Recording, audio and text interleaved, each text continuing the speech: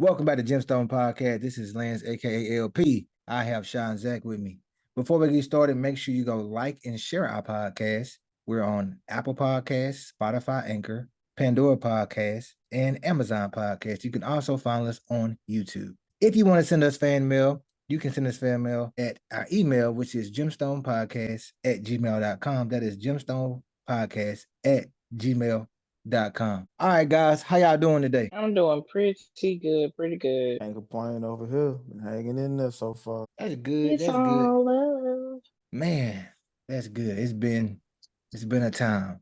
That's all I can say. I think last time we did a shot, you said mental health check. And woof, Lord, that's all I can say. That's my response to that today. Zach, you had something that you want to discuss with us? Roundtable conversation. Let's get into it. All right, so I'll hop into mine. What I wanted to discuss today was going to be about how the Trump administration are very accepting and knowing of Trump going to be running for a third term, which if you're a United States citizen, you know anything about the history of American government, you are not allowed to run more than 2 terms. So for him to have the opportunity to do 3, it's a little far-fetched, and it's a little fishy to hear that because that's touching the realm of dictatorship or kings. That's why we out here having all these parades and marchings and rallies against Trump about we don't want no kings in our country. But I'm gonna read y'all this stat. They saying that the man Steve Bannon, who was the chief official on Trump's team, says that he has better odds of winning 2028. He has better odds than he had in 2016 and in 2024. How does that sound to you to know that he has better odds of winning, they're saying, in 2028 than he had in 2016 and 2024? And he won 2024 wildly. But my question to you guys is, hearing that Trump and his team are fighting to take over for a third term, extended third term, we don't know how long that third term could be.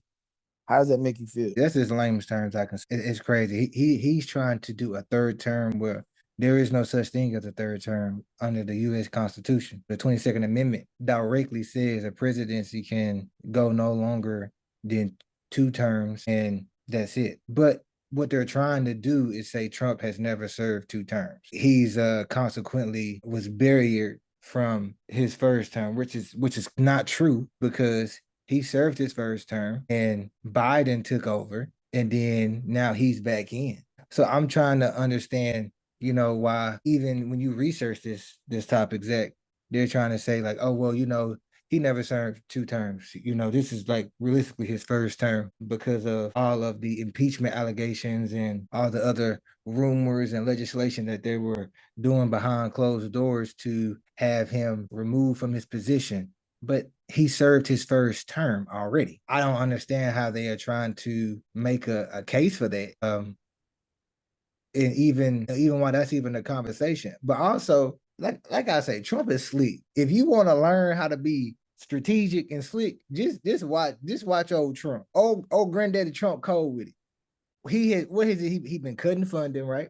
He been making the federal government do layoffs, the county, then the local, the state governments, then the county, he been making them do layoffs, and hospitals are restructuring how they bill because of his new legislation and cuts of certain programs, and also with cuts for insurances, reimbursements. And then he's restructuring governmental departments, like he's renaming them. And then he's trying to have these departments, in layman terms, I guess, break the Constitution. Now, let's think about this, though. The Constitution for our country is like rules and regulations. Like the Constitution is that's like our government's rule book. And even for our citizens, even for us as citizens, that's like the rule book. You go to the Constitution, well, I have this constitutional right to bear arms, right of freedom of speech. These are legal, legislative, active rights. Him trying to break the Constitution goes back to what I said. He is trying to create chaos because therefore there would be no rules and regulations. And then if it is broken, don't they have to make new rules and regulations? Because he's not going to let people just run amok in the streets. It's going to be some type of law laid. It just makes you wonder and makes you think like, okay, what is the overarching goal here? Like we're doing crazy radical things and these conversations are even radical. So what is the overarching goal here? This is crazy. That's what this is bad crazy. Well, I would say this. I don't think this is factual or going to happen. I feel like it's gaslighting. I feel like a lot of his campaign has been based on gaslighting, and a lot of the reason why he's still in office because he's gaslight. He's gaslit his following, so too, because he knows what they believe in. Even though I don't genuinely think that he believes in the same rhetoric, but he realized what it took to win because America is born on racism. So he realized that, so he used that to his advantage. The other day he see green. Green is his ultimate. Green is his God. Green is everything, and he gonna see green till the day he die. So I feel like it's gaslighting techniques to do that. Now, could they kind of finagle some stuff and try to, yeah, they could. I mean, but I genuinely don't think that's possible. But I do think they are grooming someone else to come in after him and to continue what he has started. So I believe, the grooming is going on right now. The grooming has started on his first election. So, he's grooming someone because he knows he's not going to go 3 terms. He's grooming, and if he and going 3 terms would put him at about 85 years old. So no, almost or maybe over 85. So no. So I think they definitely grooming someone to continue because, like they said, the Republicans has the Senate and the House. So if you groom someone to come in and continue what you're doing, then you can still remain in power. Like, this is a classic episode of Scandal to me, where the episode where Olivia dad was the mastermind behind the VP doing what he was doing. It was her dad, was the puppet master, making sure that everything happened the way he wanted to happen. So I feel like, and I don't feel like Trump is a puppet master. Trump is just the face of the puppet circus, but he's not the puppet master. So nice try, President Orange, and your committee. Not President Orange. Nice try. You looking crazy out here. We being real. I ain't gonna speak ill will on people because I got an elderly grandmother and an older parents, but you look real. You looking bad. Something ain't right with you. I know you ain't gonna never tell us, but you look bad. And Melania, she aging too. So Melania just waiting on her check to clear, and she out. Like, so yeah, he ain't happening. But it's a nice try. But I think I think this era that he's in with presidency is going to have lasting effects on America and the Constitution for at least a decade to come. And that's some lasting effects that us as American people are going to have to eat, as well as the people that are part of this. It's going to affect them too one of these days. So that's what I think. Oh, there's another one I want to ask y'all about because Trump has been doing some things lately right now. So there's two actually. With the government shutdown, have y'all heard that an anonymous person sent money to the military to pay for their checks? I don't know how legitimate that is. I did just recently see. Come on, man. I did recently just see that they sent that, and it was like 140 million, something like 150 million dollars they sent to the military. Anonymously. You think it was Mojo Jojo? I mean, he's been really quiet. And like we said many segments ago and recordings ago, he plotting and planning. Mojo Jojo been quiet. He been real quiet. Well, Mojo Jojo been plotting his revenge. See, Mojo Jojo got tricked. He thought he was gonna be the poster boy for some stuff and be all on American TV. And Trump, being a true Gemini he is, flipped the script. Oh, for sure. He flipped it on him. I'm trying to, one thing you said, Chy, that you said you feel like, all his campaign has been like, gaslighting. I would agree with it. And it's been a lot of smoke and mirrors. Like, like we discussed in the past. Remember when they was doing the election? Well, not they was doing the election, him Miss Harris. They was doing the election. And I kept saying, man. Yeah, Vice President Harris, yes. Yeah, Vice President Harris. Senator Harris. Vice President Harris. My bad. That they were it was a lot of smoke and mirrors going around. I said, man, I feel like, oh, this is just propaganda. This ain't real. This is fake, not real, made up stuff. This is all smoke and mirrors. Like, ain't nobody really trying to do that. I think they have a hidden agenda. I kept saying, I think it's about money. It's something to do with money. It gotta be money and revenge. And so as everything becomes the unfold, we're starting like to see like what the play is. Like, he cutting budgets, money. now, this whole I'm gonna run a 2028. You're right, that's gaslight. The one to get the people who love him, because people still love him as a president, which is crazy because whatever. But people still love him as a president to get them going, get them riled up, because Trump supporters are radical. So yeah, he's going to be the first president for a third term. The thing about that is that those radical supporters, they're not mad at him until it directly affects them. So when they start losing their farms and they start having to pay this and pay that and things like that go on, then that's when they become against the plan. Like the woman said on YouTube that one time, when they was doing the interviews on YouTube Shorts, when I saw it, and she was like, "Well, I didn't know he was gonna get all the Hispanics with eyes. I wouldn't have voted for him. I was rallying for him, and I know. I was like, man, come on, man. Now you was out here talking bad about people. You out there with your red "Make America Great Again" hat, and now your uncle then got deported by ICE. Now you mad. But you're right about that though, Sha. But I keep saying, I don't like, I want to know what is the overarching goal. I mean, obviously to create chaos, but it got to be a real goal that him and the powers that be have discussed, because him running the third term, that's not even realistic. And breaking the Constitution, that's not realistic. Like I said, that's the rule and regulations for our country. That's what what makes we it not follow. realistic. Anything can be realistic if you put enough power to it. Damn, you're right. What makes it not realistic? Like, we gotta be honest with ourselves, because it's just the amendment that we follow. It's something that our forefathers gave us, and we're supposed to follow it. Yes, we are. And as American people, we're supposed to make sure that they stand to the Constitution. But if they think they have unfinished business and they were to fight and take over the country, they can do it. Because if you look at all the military people that's left, military personnel is not supposed to switch over every president. They are in the office longer than presidents are most of the time. But yet every military personnel we have has been switched over with Trump. Hell, every black personnel we had in the lead in the government has been fired or attempting to get fired. Like, they are cleaning out house for what they want and what they see and how they want things to go. And if you're listening to this right now, if your ass ain't listening and reading what's on your ballots in your city, because this November is gonna get real.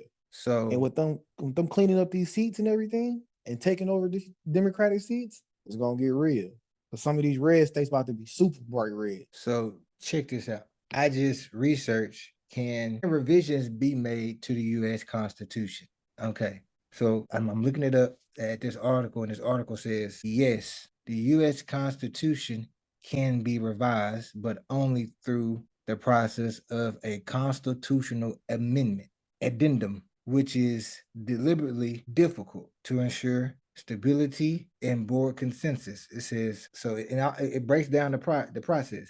It says there are two steps to propose or to create ratification of specified amendments. Step one, a proposal by Congress. Step two, ratification. So in step one, it says, that's done by Congress. They do an addendum in the House, in the Senate. Lord, this is not good. The House and the Senate are the two parties that have the constitutional gratification to ensure that two or more agree on the change. By a constitutional convention, they have to call 34 of the all states legislators and then conduct a forum to deliberate about the change. Oh my God. So when you said that, that made me want to look. Amendments can be changed. This is something I did not know. Yeah, we only had 10 amendments. The House and the Senate is controlled by the Republicans right now. In the Supreme Court. Oh my God. What are we talking about? Like, this is real. This ain't no fake. So, this is real. Oh, damn. Hold up. What? Hey, okay. This has changed the conversation. Oh, man. You have to think about it like this. The original Constitution was only like 10 amendments. It says this method has never been implemented or done, but it is the formal process used to ensure revisions can be made or conducted for the U.S. Constitution. Okay, so this is okay. So this is the best practice that I just explained when I researched as how they can do it in the processes associated with it being done. They said it's never been done before, but this is the formal process. Now, I think what is scary about this is that the House and the Senate play a major role in this process. and the House and Senate is already controlled by the Republican Party. So with that being said, like you said, Zach, if enough pressure is applied, we could get our first, what did they call it? Constitutional convention. It's 2/3 parties, 34 of the state legislators in one room, and all 34 are going to be mostly probably Republican. And now that makes me think, we talked about the rezoning in Texas, right? And they were adding districts because they want to add more Republican districts. Is this why? This is why. There's another state that's getting ready to get rid of all of their Democratic seats. My It's going to be just one city that has it. Oh my God. This is legit happening where they're rezoning. No, areas. this is real. Oh my God. I didn't think you could change the US, the Constitution. I didn't think you could go in and make any addendums or revisions. But you can. We change them all the time. What? We did not have a law for Black people in the Constitution, my nigga. That was an amendment. That's crazy, man. Okay, listeners. This is real. Voting, and like you said, in this November, it's going to be very, very critical. Because he could have the 22nd Amendment revised, and then it actually give a president a third term. Oh hell, just eliminate it. So you know what? There's no term limit. As long as the people select you, you can be the president. Oh, dog. With how much money people making right now, it's possible. Man, why would you? I did not know that. Okay, so voting is going to be real. We're gonna have to make sure that we mobilize and vote. We're gonna have to make sure that we educate ourselves. See, this is why I say, like, you know, having these conversations, educating yourself, and just kind of bunkering down, trying to expand your capacity of learning and understanding is so important, because I didn't know that you could actually change an amendment, you know, and make revisions and addendums to it. And it's by way of constitutional convention. And they saying that, and when I looked at it, guess what the example was? Guess which amendment was the example? The 22nd Amendment. Oh, it was?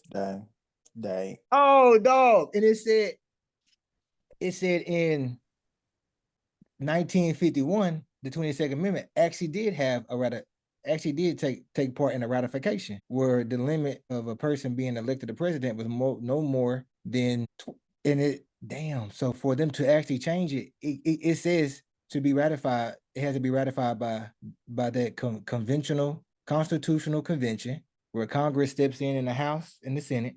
They make the proposal, they do their constitutional convention, they vote on it, and then they change it. That's the formal process. Yeah. Damn. It done got quiet in here. Yeah. Zach. Telling you, fam. It didn't got quiet up in here because a real realization is setting in. See, we out here. I mean, yeah, that's true. You can make provisions, but an 80-some-year-old man it ain't happening, y'all. I don't even think that matter at this point. No, but I'm saying though, his health wise. Yeah, his health. But I mean, he can definitely, like I said, he can definitely groom somebody else to continue on his legacy. But his health wise, he already got 2 more years for this term. His health wise, you think he's making it 4 more years for another term? Yeah, I think I think he can make it. And if he dies in office, he would have died in office as president still. It just depending on how they do the provisions, like you said, Chy. If he were to leave in office, he can have the person he groomed come right underneath. I don't even think the age is an issue. It's not. I'm gonna keep it a buck. I don't think the age is the issue, because we don't know who Trump has in his advisory circle. So this how presidents, like, if you're a president of an organization, a president of an institution, a health system, you have this thing called a cabinet. You have this other thing called an advisory board, right? Your cabinet members and your advisory board, they're separate. Your advisory normally is, tight-lipped. No one speaks about them being on the advisory board. No one talks about it, nothing, because it's an advisory board. I want to know, we ain't gonna never know, but who was on his advisory board? Because whoever's on his advisory board is giving him the game. And also, I say the age don't matter, because whoever's on that advisory board, they already got a play put in motion. If we get this third term, we can put granddaddy in there, and we can just push papers and tell him to sign them. Long as he can sit up and work that signature, we are good. Because best believe, like I said, Trump's strategic, 100%. Cuddy's strategic. But I don't think that all these decisions he's making is coming strictly from him. I do believe a lot of it is coming from his cabinet and his advisory board. But that advisory board, I think that's the point. That's the point of the iceberg right there. Because this is very strategic.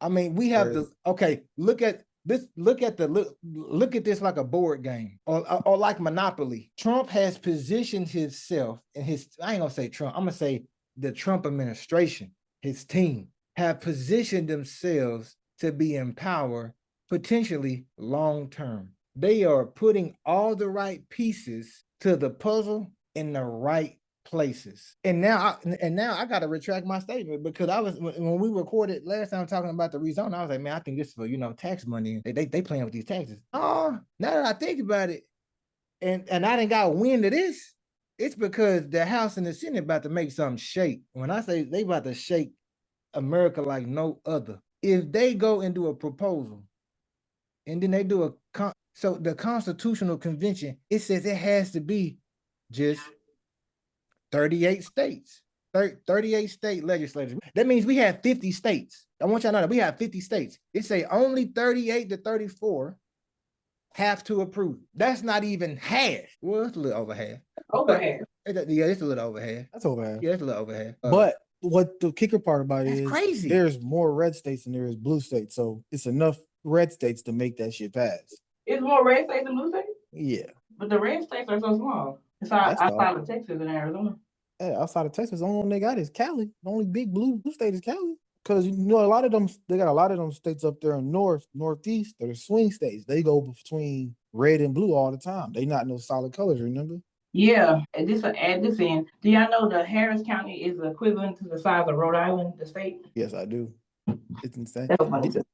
Did you know this is another stat I learned this week? Did you know the DFW area is bigger than most states? Has more population than most states in America? I think it's like number 8.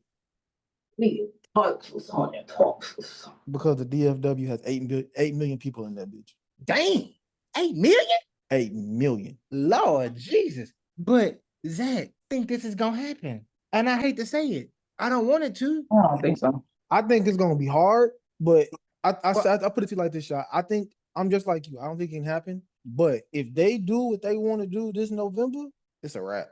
Okay, let me retract that statement. I'm not gonna say it's gonna happen. I want to put that in the atmosphere. So Lord forgive me, erase that out the airwaves. I feel like if this has the potential to happen, that's what I will say. If they can rezone these districts in these states, because you got to remember, they're saying it only has to be 34 to 38 state legislators that attend. And I don't know if that's specified, like, does it have to be 38 state legislators? Like, it's like, okay, Texas come, Louisiana, Tennessee, Georgia. I don't know if it's saying that way or if it's saying just out 38. So 5 from Texas can go, 6 from Rhode Island, 17 from somewhere else. Like, I don't know if it's saying that, because it's with these laws, they very slick in how they write, because they write in a jargon where it's somewhat confusing at times. Like, you have to be somewhat of a subject matter expert to try to like debunk some of this,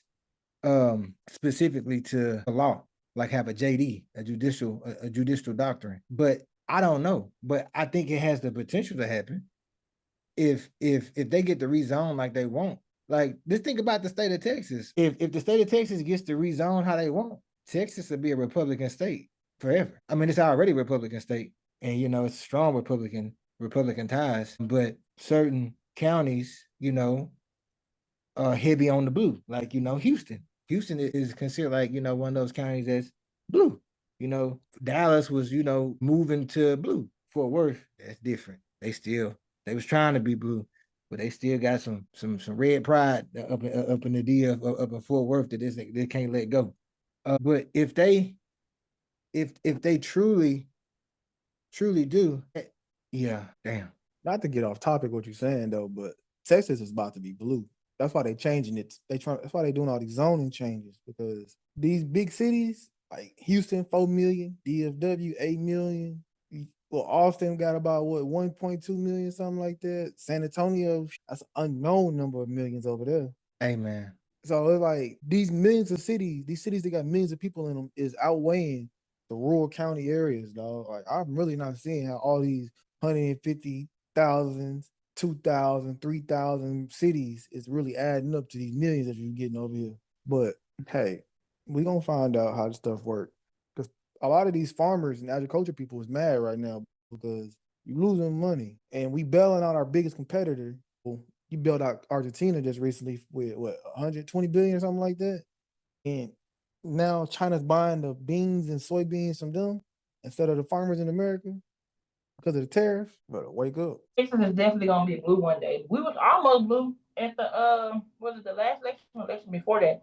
We was almost blue then, but you know they cheated on the last election, so everything was just red all of a sudden. So that was a lie. But Texas definitely gonna be blue because yeah, we have a lot of rural areas as well, but people are moving here. The economy is changing. So yeah, I see Texas being blue either the next election or the election after that. All right, man. So that was a great topic, Zach.